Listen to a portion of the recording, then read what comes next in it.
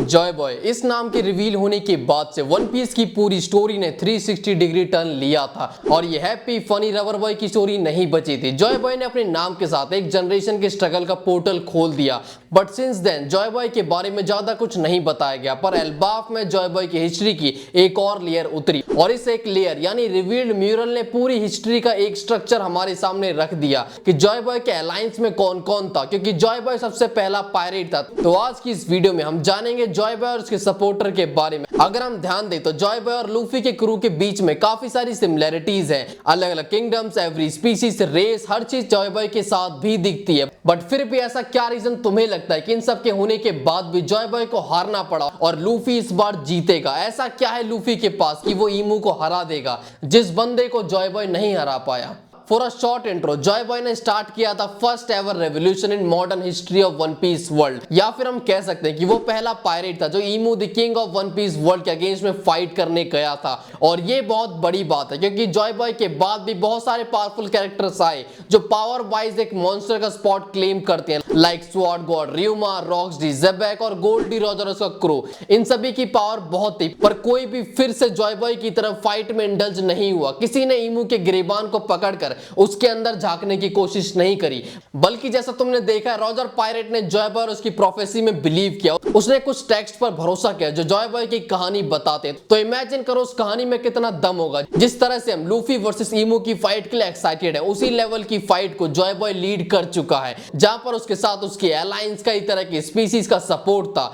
तो स्टार्ट करते हैं अपने म्यूरल्स के साथ, जहां पर जॉय बॉय के साथ सबसे आगे हम देखते हैं ये मिस्टीरियस क्रिएचर जिसने अपने हाथ में बड़ा सा वेपन पकड़ा हुआ है और इसके सर पे हॉर्न्स भी हैं। ये क्रिएचर देखने में सिविलाइज्ड लगता है। उसने कपड़े पहने हैं, ह्यूमंस की तरह बाल हैं, हॉर्न्स हैं और ये सारी चीजें एक तरफ इशारा करती है द एंशिएंट जायंट की रेस। हमने करंटली वो मोटे हट्टे कट्टे एंशिएंट जायंट की रेस देखी है, पर हो सकता है कि स्टार्टिंग में एंशिएंट जायंट की रेस ऐसी दिखती हो। एंशिएंट जायंट्स का जॉय बॉय का साथ देना, यानी वर्ल्ड गवर्नमेंट के लीडर्स ने उस वॉर में इनकी पावर्स का जलवा जरूर देखा होगा और क्या पता यही बाला इस जायंट ने ईमू की बुंड में डाल दिया हो।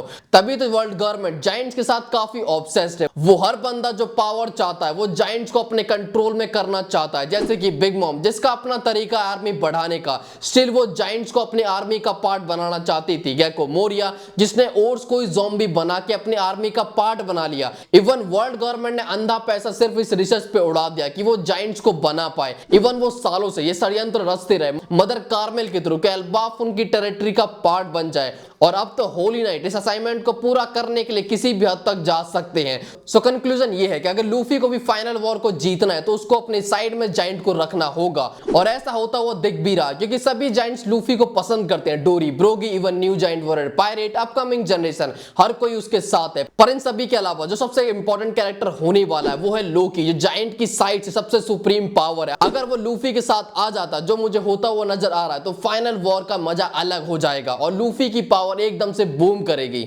आगे अगर हम एंशिएंट जायंट के नी के पास देखें तो वहां पर एक छोटा सा क्रिएचर है और इवन उसके हाथ में भी एक स्पीयर टाइप का वेपन है। बट ये कोई बच्चा नहीं है, बल्कि ये है हमारे फेवरेट टोनटाटास की रेस। मतलब ये भी काफी पुरानी रेस है। टोनटाटास का साइज ह्यूमंस के कंपैरिजन में उतना ही होता है जितना रिप्ले के कंपैरिजन में गवान का है। बट उनकी स्पीड, स्ट्रेंथ और ड्यूरेबिलिटी बहुत ही ज्यादा है, जिन्हें सिर्फ फिजिकल कैपेबिलिटीज के दम पे हराना, इट्स लाइक अ ब्रा को एक हाथ से ओपन करना, जो सभी मर्दों से नहीं होता है। टोनटाटास की इंजीनियरिंग स्किल्स भी काफी अच्छी होती है। वो किसी भी स्ट्रक्चर को बना या फिर सेकंड्स में तबाह कर सकते हैं। इसीलिए इनके involvement Joy boy versus 20 kingdom की वॉर में भी थी और करंट एरा में भी टोनटाटास पायरेट लूफी की फ्लीट में अपनी विल से ज्वाइन करते हैं, यानी वो फाइनल वॉर का पार्ट बनेंगे।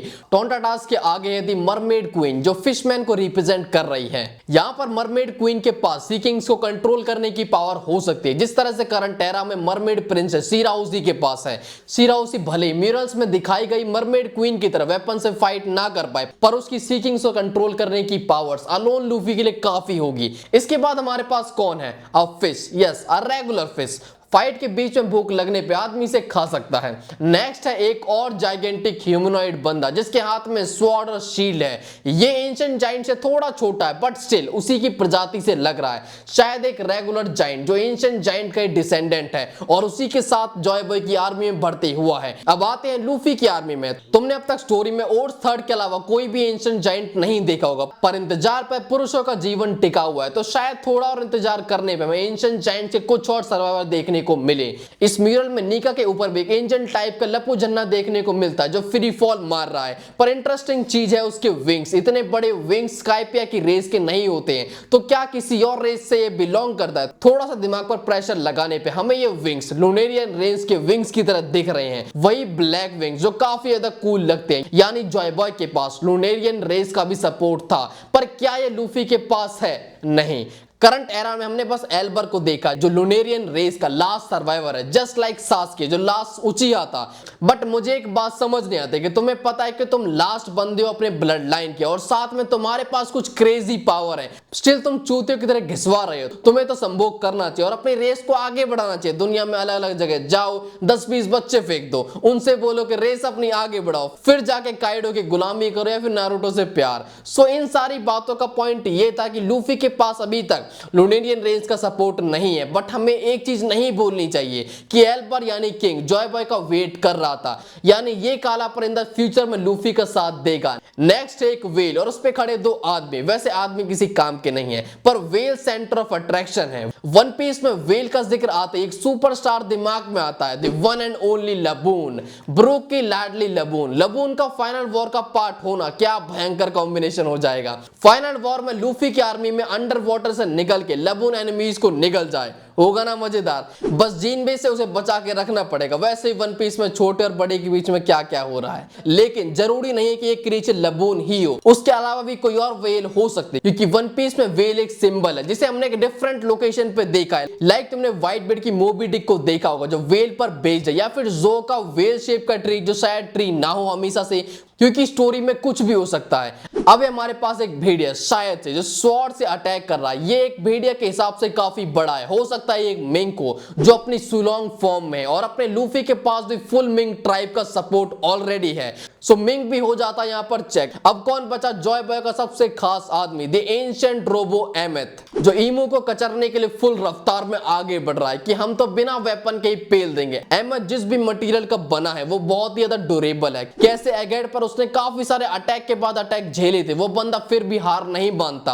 अब तुम्हारे दिमाग में यहाँ पर एक क्वेश्चन होगा कि एमेथ तो एगेड पर निपट गया, सो लूफी के टाइम पर इस स्पेस को कौन फिल करेगा? हमारे पास वो कैंडिडेट ऑलरेडी मौजूद है, अपना चड्डी मैन फ्रैंकी। उसे शुरू से एमेथ को रिप्लेस करने के लिए बनाया जा रहा है। एमेथ भले अकेला रहा पर Franky end of the war तक अपनी पूरी फौज तैयार कर लेगा, द रोबो गैंग। इन सभी के बाद बचती है कुछ शिप, पर इन शिप्स के बीच में भी एक डिफरेंस है, जहां पर एक शिप पर बाकी शिप से डिफरेंट फ्लैग लगा हुआ है। इस शिप में जो सिंबल है उसके ऊपर मैंने अपनी जॉय बॉय की सीरीज में बात ऑलरेडी कर रखी है कि ये सिंबल स्पेशली जॉय बॉय के फॉलोअर्स का है, जो करंट एरा में आज भी यूज किया जाता है। अलग अलग जगह पे थोड़ा बदल चुका है पर इसका मतलब अभी भी सेम है। लाइक कोजुकी क्लैन का सिंबल स्काइपिया पर दिखेगा ये वाले सिंबल, ऐसे ही बहुत सारे। इसके अलावा तुम लोग एक शिप में समुराई और निंजा को भी देखोगे जो आज के वानों को रिप्रेजेंट करते हैं। यानी अब तक जितने भी लोग हमने देखे हैं जिसकी लूफी से काफी अच्छी बनी है, उसके एंसेस्टर ऑलरेडी जॉय बॉय का साथ दे चुके हैं उस फाइट में। लाइक लूफी की स्काइपियंस, मिंग्स और वानों के समुराई से काफी अच्छी बनी है।